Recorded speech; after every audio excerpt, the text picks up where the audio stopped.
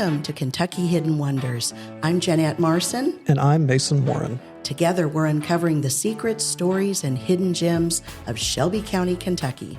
From unforgettable places to off-the-beaten-path adventures, join us as we explore Kentucky treasures and Shelby County's best-kept secrets. Our guest today is Reggie Van Stockum Jr., who is multi-talented author, musician, and I could go on probably for 30 more minutes. But welcome, Reggie, and let me ask you to just give some of the highlights of your life and what you've done so far, and then we'll go into some things that we really want to talk about.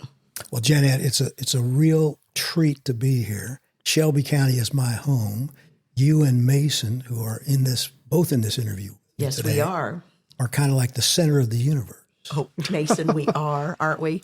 The And, center. yeah. I don't know about that. The Yes. epicenter. And if you don't believe me, listen to some of the other interviews on your site. There's a lot of energy in this building, and those of us who pay attention to energy might think that there's some powerful center of activity, yet unknown, a hidden wonder. Oh, my goodness. You're so good. You are so good. As you can tell, Reggie Van Stockum Jr. is a creative type. Well, that's right. But I make my living as a lawyer. Yes, you do.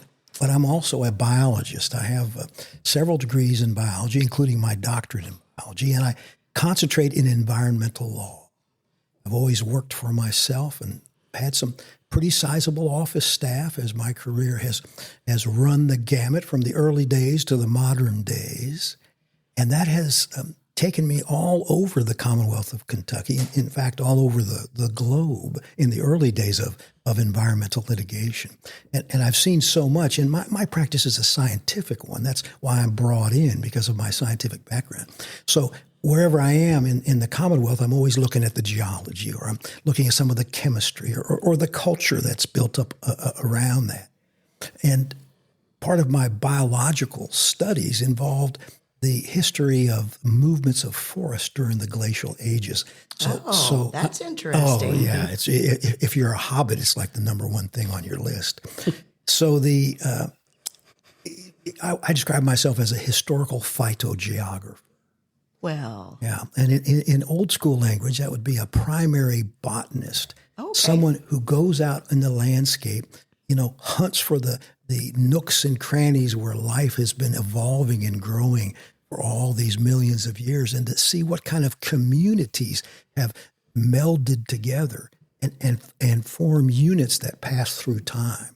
Well, now that's what makes Kentucky very, very special. And that is that it's never been glaciated. People say, well, Kentucky, Ohio, Indiana, it's all Midwest. Well, you're not looking very closely, because if you notice, much of Ohio and most of Indiana and Illinois are flat. They are very flat. Yeah, and they're flat because the glaciers came in and flattened them out. So the land surface up there in those very good corn-growing states is only about 12,000 years old. Now, where we're sitting right now, the rock that I can look right out your window and see is Ordovician period or Silurian period. And that puts it about 400 million years ago. Oh, my goodness. So this land surface, which looks ordinary to us, Right. has been uplifted and eroding for 400 million years. There are life forms in those rocks, fossil life forms, that were just like we are now back then, swimming and walking. So I originally came from southern Kentucky, and we have a big farm down there, and there are very large portions of just what looks like sea life, fossilized sea life, just massive amounts of it. It's very interesting. Yeah, crinoid sea lily gardens. Indeed. And they're around here too. You knew that. Yeah, That's what I say every day. they are around here too in Shelby County. There's an area called the Bardstown Reef.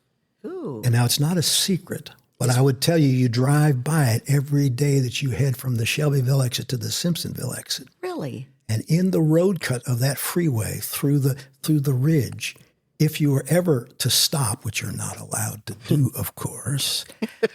But will we? Maybe, because I'm interested now. Pull your car way off the side of the road behind the barrier, cross over to that road cut, and just look at what's trickling down.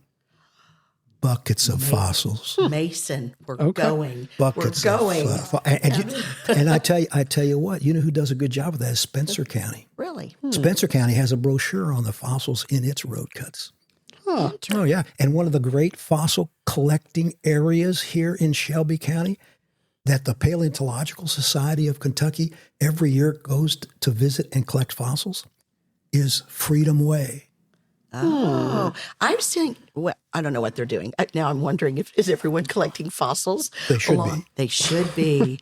Absolutely. So that you've mentioned you yourself are a hidden wonder, but thank you. And you've mentioned so many, but although not really hidden, because Reggie Van Stockum Jr. is a famous author. Oh. And you have written so many fabulous books about the state of Kentucky, the Commonwealth, and so tell me a little bit how you started as an author. I can kind of guess from just some of the things you've said already. Well, it started a long time ago. But here's the interesting thing for me as I look at my journey as a writer, and that is that I don't have a literary tradition. I'm a biologist. I'm a scientist. I learned how to write scientifically. And then I became a lawyer, and I learned how to write logically and persuasively. But in the background was my love of life and landscapes. I can drive around the Commonwealth of Kentucky, and I do, and I just get excited about what I see because I know that ridge over there is not just a hill. It's a cuesta, and that the stones that form it are of a younger age with a different fossil assemblage than the one that I'm driving on. Well, you start getting into that type of thought process, and when you drive through the Commonwealth of Kentucky, you're just hallucinating. It's like a kaleidoscope. And even more kaleidoscopic is canoeing down the creeks in this Commonwealth. Clear Creek in Shelby County, for example. You know, freshwater mussels live in that creek. Wonderful. Oh, yeah. I've collected them in that creek. And Kentucky is one of the centers of Unionidae evolution, freshwater mussels. Really? Oh, yeah. And once you learn, there were maybe 70 or so species in Kentucky at one time, maybe 55 are left that haven't been extirpated or lost. And you'll find a dozen anyway in Clear Creek. You know, fatty muckets, you know, you might find a washboard in there. Well, once you learn the species of your freshwater mussels, when you canoe or walk down a creek, your life is changing because when you spot something that now you say, oh, that must be a shell, you're gonna zoom in on it. Your mind's gonna put a geometry at what you're going to see. You're going to recognize the lines, and you're going to say, "Oh my God, that's a fatty mucket." I'm going to say it every time now. See? Every single time. Yeah. I'm in. And I have the books that can help you learn those things. Yeah. Tell us about some of your books. Tell us some of your travel books first. Yes. See, Mason, you need to jump in here. Yeah. I'm just so interested, though. No. I am learning new words today. Oh, so me is what we need a glossary with this podcast. Well, I try to provide those at the end of my books. yes. Before Mason jumps in, because I was hogging the whole interview, I feel like, but you answered the question I have had forever as to why Indiana and Ohio are so flat and we are not. Oh my gosh. I mean, I don't want Mind to. blown. I don't want We're to just say 8 minutes in. Yeah, I know. Yeah, I that's mean, right. already. I would never want to disparage my brother and sister states, but it is just darn boring up there. Indeed. I agree. And the area in Indiana that gets the least amount of love is the most exciting part of that state, and that's southern Indiana, which was never glaciated. And you find the same hills that you find in Kentucky, the same stone you find in Kentucky. It should have been part of Kentucky. Had they asked me when they formed Kentucky, I would have made it happen. Exactly. Okay. Mason. So we've touched on it a little bit, and so your surrounding series of books, Right. there are 4 installments in that right now. There are. So- and a number of articles, yeah. Yes. And so how do you decide what to focus on first, and then can you give a teaser of what's coming up next in that? Oh, I can. It involves the science of getting lost. And you have to work at that because everybody is telling you where you ought to go. And those are the places that you can see later. Where you want to go is where you've never been and never knew existed.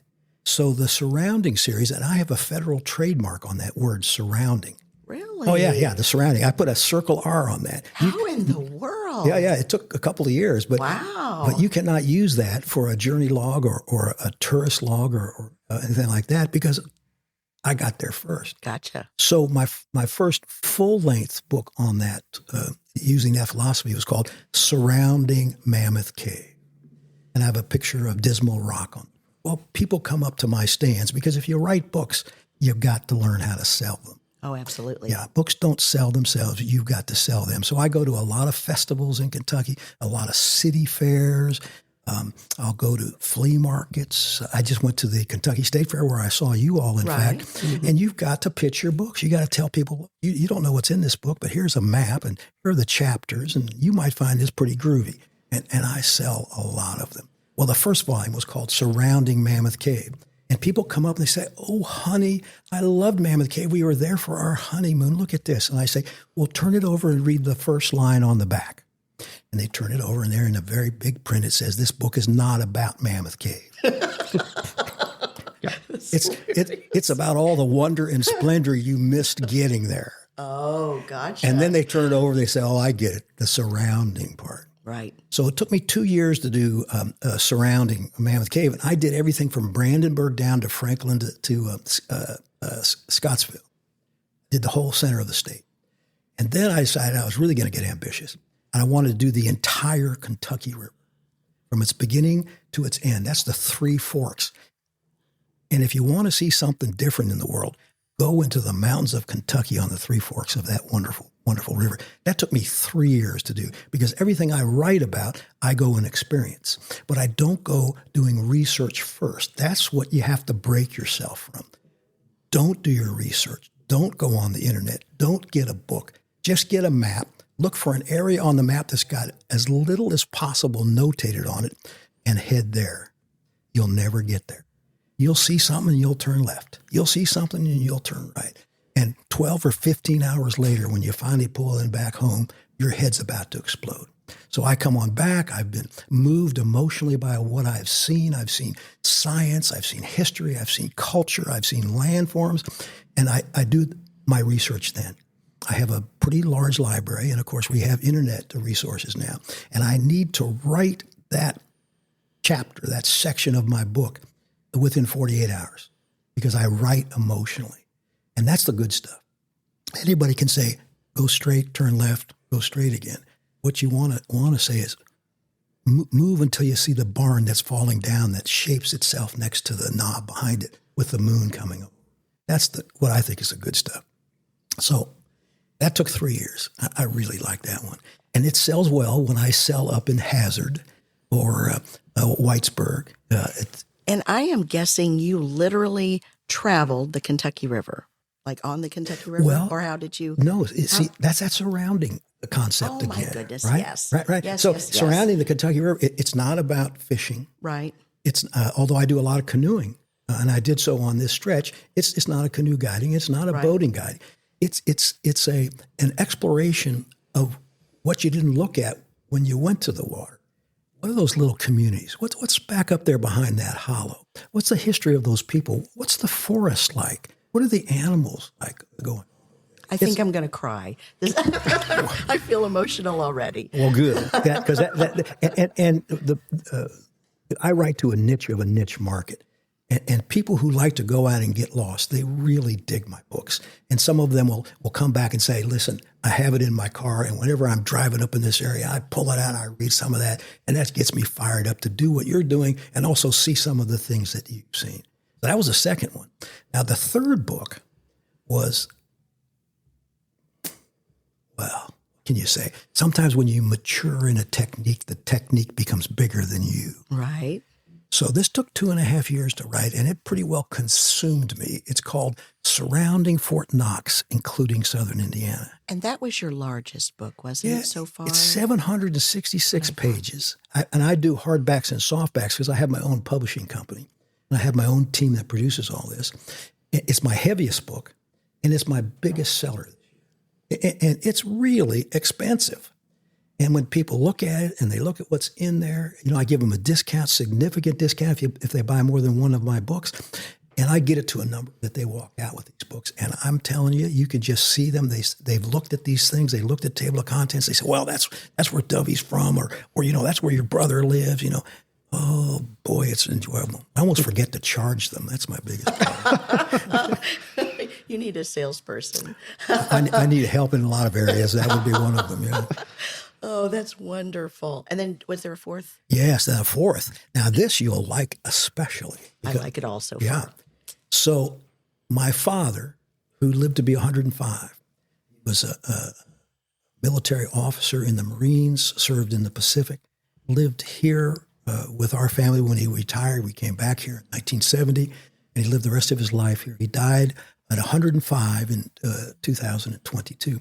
Well, he was a scholar and an author himself, and he would publish a column in the Shelby Sentinel News every Monday.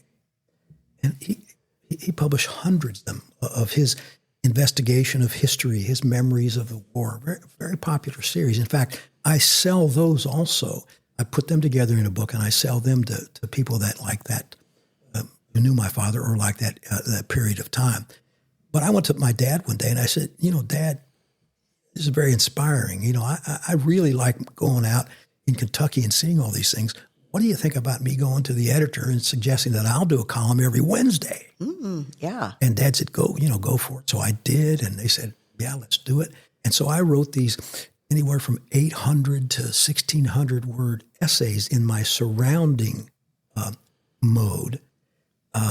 And I would publish them with art by my artist. I have an artist that does all my work. I have two actually now, but the bulk of my work's been done by Steve Eilers. He's done 900 sketches for me. He's out of Louisville. Linda Hettinger, my graphics designer, also now does art. But those were published in the Shelby Sentinel News, and I put them together in a book called Selected Kentucky Essays. And I sell a lot of those to people who are migrating into Kentucky. So I'm out like at Harrodsburg, and I get set up with my tent, and people will come up and they'll look at these titles, and I get to talking to them. Well, they're from California or they're from Texas, and they move here in Kentucky because land is so much cheaper, and they want to raise their family in this kind of environment. Right. Oh, do they like those essays? That's right. Bet. One of the titles of my articles in there is called the Pillars, Kentucky's Pillars of Hercules. Mm. And that's Irvin and Ravenna in Estill County. Oh. Well, when I published that on my blog, in using a small V, it went viral. Really? People in that area would get it, and they say, look at this, I'm from this area. And they would start sharing it around. And that was really a big hit. And so I sell at the Mushroom Festival there every year at Irvin, and that's fun. And the Ravenna Railroad Festival. Then I did one called Surrounding Brandenburg. Well, those people don't get enough love because that one just exploded. Really? Oh, it just exploded because, oh my goodness. And that's the surrounding concept. Right. I was going to places that people don't know about or don't think are interesting enough. I go there. I find all kinds of interesting stuff. I write about it. I put it out there. I have good art with it, and people appreciate what's happening. Oh, yeah. Well, I know tourism loves you.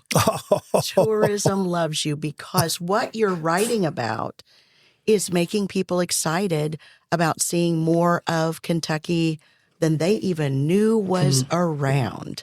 So you're helping us spread the word, definitely. Yeah, absolutely. Don't you think? Yeah. Well, I love that. Another one of my titles in that book of select essays called The Nile of Kentucky. Ooh. In which case I make an analogy of the Nolan River to the Nile River. Ah, Yeah, very Oh interesting. yeah, that got a lot of play in Hodgenville. Wow.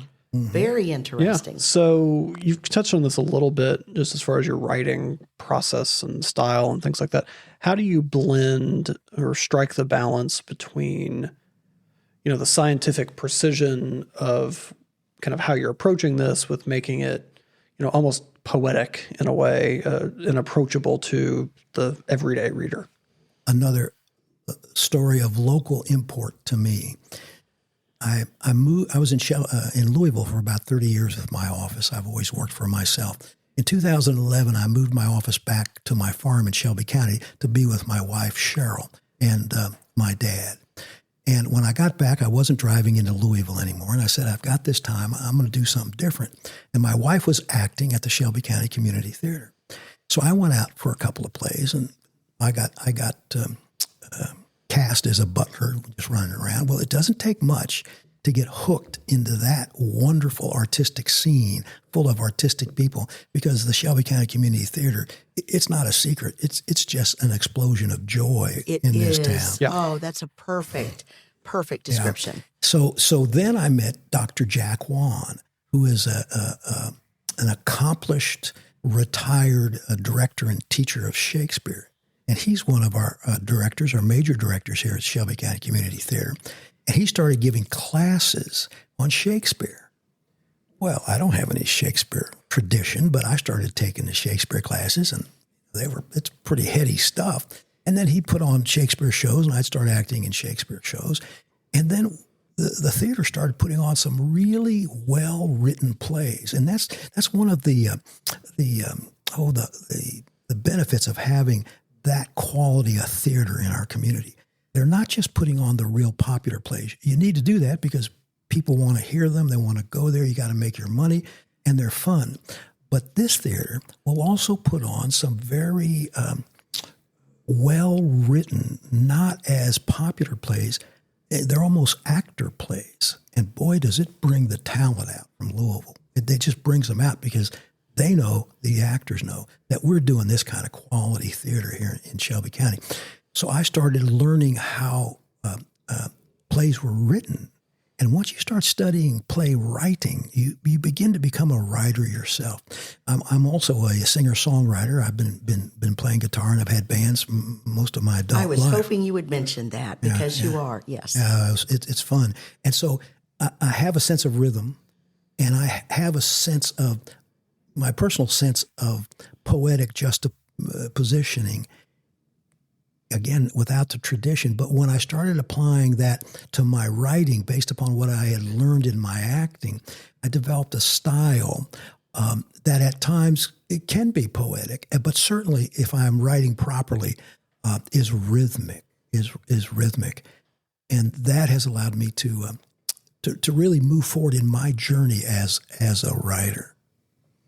Very wonderful. So back to some of the books you've written. Most people have never gone to some of these places that you have discovered, or if they did, they were driving by and they just didn't pay any attention. But as people are discovering things that you have discovered after reading some of your books, what do you hope that they are feeling? What do you want people to feel or discover for themselves? That's the right word, feel. If I've written well, then they will feel the emotion that I felt when I saw these things and I wrote about them, that they'll feel the upsurge in rhythm as I write about them. I wrote an article called Kentucky's Little Switzerland. Another one that got a lot of love, Gravel Switch. Oh, I was going through all the Commonwealth trying to think of what that would be. Yeah, and those are the upper reaches of the Rolling Fork River, which is a tributary of the Salt River. And tucked up in there, you have one of Lincoln's grandmothers. Really? Oh yeah, Lucy, one of Lincoln's grandmothers. You can go up there. There's a little library up there. You can feel the history around you. And tucked up inside is Penn's store. Like a general store, like maybe the oldest in Kentucky. Still run by the family, still open on the weekends, and they periodically have arts events, musical events, and reading events. But you've got to want to be there to get there, and that's what my writing does. It says, these exist, go. So I'm guessing you said little Switzerland because the Swiss inhabited that. No. I was just curious. Yeah, no, because once you come down to Gravel Switch, that's kind of the gateway into all these knobs and valleys and ridges. Oh, which okay. is why it would look like Switzerland to you. Gotcha. It did to me. Well, so I'm cataloging all these places I'm going to go, Mason. So in addition to Gravel Switch, has there been, as you've traversed around the state, has there been any one thing that you've seen that has shocked you the most or surprised you the most? Well, there's so much, but I will say this, and this is part of the culture and the history. When I was doing the Fort Knox book, I got up in the region around Elizabethtown and Brandenburg and Hodgenville, and I have never run into a group of ferociously knowledgeable historians. It's just a hotbed of scholarship up there, centered on the Historical Society up there, and also a publication, long-standing publication called Ancestral Trails, which I now have had the privilege of publishing in. And when you talk to these people who I call informants, they know everything about their area of expertise. And usually nobody cares because to everybody local, it's just home, right? When someone from out of town comes in and hears what they have to tell you, well, their head explodes. And next thing you know, you're in a truck headed to the old Civil War fort that no one knew was even there. Right. And that group, and here's the tie into Shelby County, that group often comes down to the Shelby County Historical Society because the Shelby County Historical Society is of the same level of depth and legitimacy. Some of them will publish down here. Some of them will speak down here. And that's a tight network of these people that really know what's going on. Those people just took me all over the place. And they're the ones that sent me into southern Indiana. And once I got over there, I couldn't get out. That's funny. So, what's new? What's coming up for you? Like as far as books or whatever it might be. We want to know. Well, I've got 3 in the surrounding series that I'm working on. Really? Oh, yeah. The next one will be surrounding Bardstown. And do you know what it won't be about? Bardstown. And it's not that Bardstown isn't worthy of a complete book in of itself. Sure. But it already gets a lot of love and a lot of attention, right?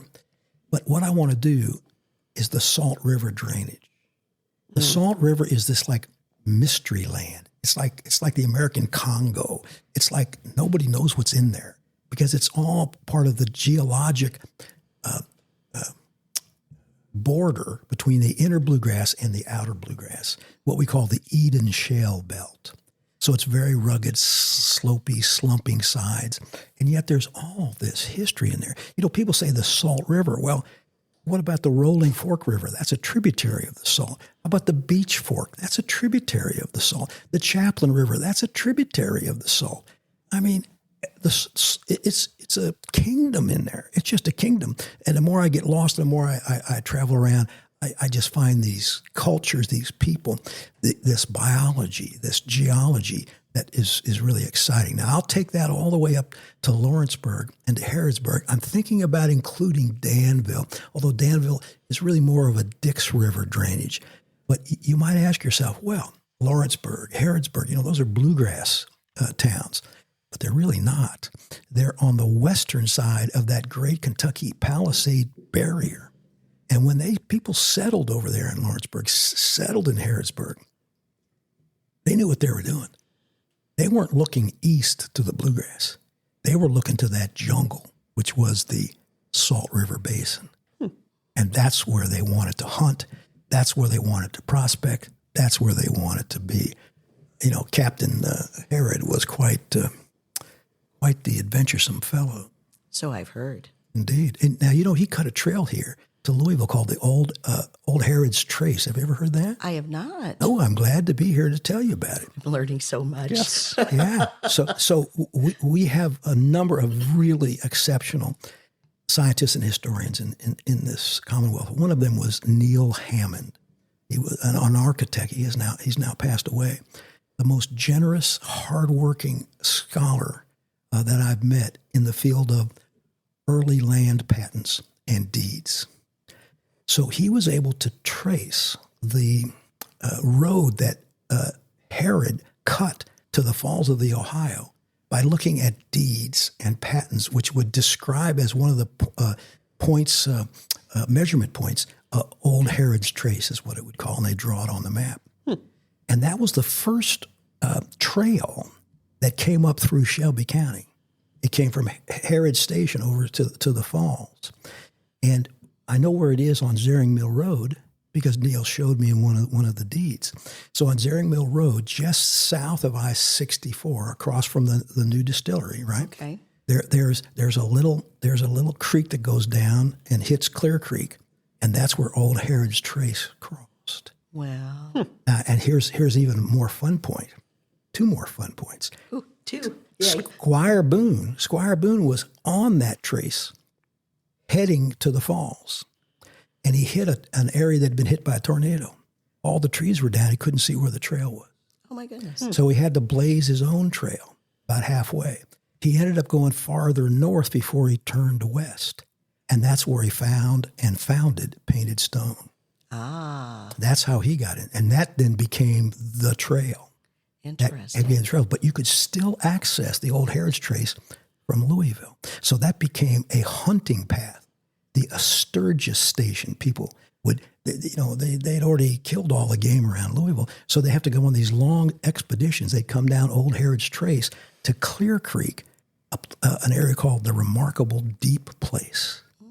And the reason we know about it is that when the surveyors came in the late 1770s, the Sturgis took them to that spot, and that's where they set their first point and hit their compass lines. And that's part of what my farm comes from. Oh, very interesting. I now that you mentioned Squire Boone, my ancestors came from Fort Boonesboro, followed Squire Boone to Shelby, and they were at Painted Stone. Anyway, it's just very interesting. So I'm trying to study and learn more, and just interesting. Well, let's talk about that for a moment. Now, Daniel Boone was a dude. So I've heard. Yeah, this guy had it all. Now, Squire was younger, much younger. I think there were 11 children in the family. I think he was the youngest. Second to the youngest, I think. Yeah. And he was, he was a preacher and a gunsmith. But he came to Daniel in 1769, when Daniel was coming down the warrior's path to see Pilot Knob and Escapicathicky. I don't even know what you just said. Yeah, I had to work on that one. And that's where he took the skins that the Indians didn't take from Daniel because they captured them there. Took them back across to the Holstein, and then Daniel wandered around for the whole winter in trying to avoid being caught because the Native Americans knew he was there, and they were looking for him. And he would just go from one overhang to another overhang. What a story. He ranged all over eastern Kentucky. When he came back to form Boonesboro, he already knew the lay of the land because he had spent that time in there. Well, Squire Boone came in also, but Squire Boone moved up to Painted Stone Station. Now, were your people with him during the Long Run Massacre? Yeah. Yes. Well, I mean, I guess because they ran from Indians, went to Harrodsburg. Oh, Harrodsburg. Okay. Yeah, for a while, and then eventually came back. Well, they went the right direction because during the Long Run Massacre, Squire Boone had taken an arrow or a bullet to his leg. He couldn't move, so he was in a stockade. And we know where that stockade was. Nancy O'Malley found it here for us. And it's interesting. I've been to the site. It ought to be rebuilt as part of our historical legacy. But interestingly enough, it's down on a terraced, high terrace floodplain, and you could see into it from the slope above. Oh, really? And I've often wondered, I don't think I would put a stockade there where I could be fired on. So when the Long Run Massacre occurred, there were British and Native American troops is the wrong word. What can you say? Group marauding in the Commonwealth of Kentucky, but not yet the Commonwealth. And so Boone said, you got to get out of here. You got to make it to the stations in Louisville. So he sent everybody out. He stayed here in Shelby because of his leg. They got to Long Run, and they were attacked on the sides. That's that infamous Long Run massacre. It would be interesting if your people went to Harrodsburg, they escaped it. But that's quite a story. And then Floyd came out to try to defend that area, and he suffered Floyd's defeat. A lot of interesting things pivot around Squire Boone Station. Well, he's our local hero. Yes. I do say. So I Googled your name too, and so much of your music came up. So if people are interested in your music as well, all you have to do is just Google Reggie Van Stockum Jr. and things come up. Yeah. So switching gears a little bit. So you have given talks and presentations all over the state, and I'm imagining have had quite the variety of reactions and responses and things like that. But has there been one most memorable or meaningful reaction you've gotten from an audience member or someone that's you've been talking to about, whether it's your travel or what you're writing about or anything like that? Well, here's one. I've taught most of my career. I would teach biology at the junior college when I was younger to pay my way through graduate school, and then when I was older to stay on top of the science. And I taught in the mid-1970s in the JCC system is what it was called then, Jefferson Community College. And I was teaching in their Southwest campus, which was really a couple of modular homes that they put up there, and I would teach class. And boy, I was young and I was strong and I was heavily into this stuff. It was pretty exciting. And I guess it's been 5 years ago now. I get a Facebook message. I don't know if you remember me, but I took your class in 1975. And if you're giving any more lectures, I'd really like to come by and attend them. Wow. That's amazing. Yeah, that's, how many years ago? What's that, 40 years? 40 years? I say, I'm not giving a lecture at the moment, but I'm playing music, and I'm going to play music over at the Little Mount Lavender store in Simpsonville. So, and I say, I'll be there. I'm playing outside in the back. Right. And she calls them and says, she's on the way. Don't let him go. So she showed up after 40 years later, and her husband had died. She had been talking to her daughter, what a lovely person this is, and said, what I really wanted to do is to listen to Reggie Van Stockum. Sure. That is lovely. No, isn't that great? That means you made a definite impact on that person, and probably so many more. We could literally talk for 3 more hours, but we won't. But it has been a joy. Yes. Oh my gosh, I think I've learned so much. So how can people, you tell our audience, our listeners, how can they get your books, hear your music, just know more of what you're talking about? www.vanstockum.blog. Just Google search Reggie Van Stockum, 2 words. Lots of stuff will come up. The blog will come up. All that information is free. There's artwork. There's music. Tons of stuff. Come join the band if you want to have some fun. You'll also get a calendar where I'm selling my books because I sell them a lot of places. Now, musically, I have a very interesting gig that I put together with Paulie Felice here down at the Vibe. It used to be called Studio 223, just down from 6th and Main. Right. And Paulie's got a small guitar studio with his wife Missy, who has an art studio. Well, it just looks like it came out of Greenwich Village. So when I saw it, I went up to Paulie. I said, Paulie, can I put together one of my little shows here? Because I've had shows for the past 40 years, and I've always been looking for interesting venues. Well, it holds about 12 people, 12 seats. But if I had 4 people, then I'd have a show. Exactly. And he's got a little stage. He's got all the electronics. And so about 3 or 4 times a year, I put on something called the New Reggie Van Stockum Show. Yeah, the New Reggie Van Stockum Show. And we do music. We have lectures. Jack Wan will come in and talk about early Greek playwrights. The one I have coming up on Saturday, the December 20th at 7 o'clock, 7 to 9, I'm going to have a fellow who just hiked up Mount Everest, and his topic will be why I climbed Mount Everest and you shouldn't. and that'll be a good one. That will be a good one. And then Cheryl's going to talk about her photography. And then I've got a combo, a 4-piece combo, and we're going to play some of my original tunes with some of the young talent that was on stage with me for one of my musical called Tower by the Thames. So that's what you can do for music. But there's one other thing you can do in Shelby County. What's that? I like the way you play the game. You can go discover the Facebook application that existed in Shelby County before the internet. Oh, okay. More, please. Yes. And that's Grove Hill Cemetery. Oh, yes. So we have something going on there. Bonnie Burks Gray, Mike Harrod does all that, where they go and they clean up these grave sites, these headstones. I mean, I have 4 or 5 generations there, back to 1850, and I've even acted as some of my ancestors. My wife Cheryl still does. Julia Tevis out of Science Hill, but Bonnie Burks Gray is putting together this group. They're going and they're learning about who these people are. You can go out and help them.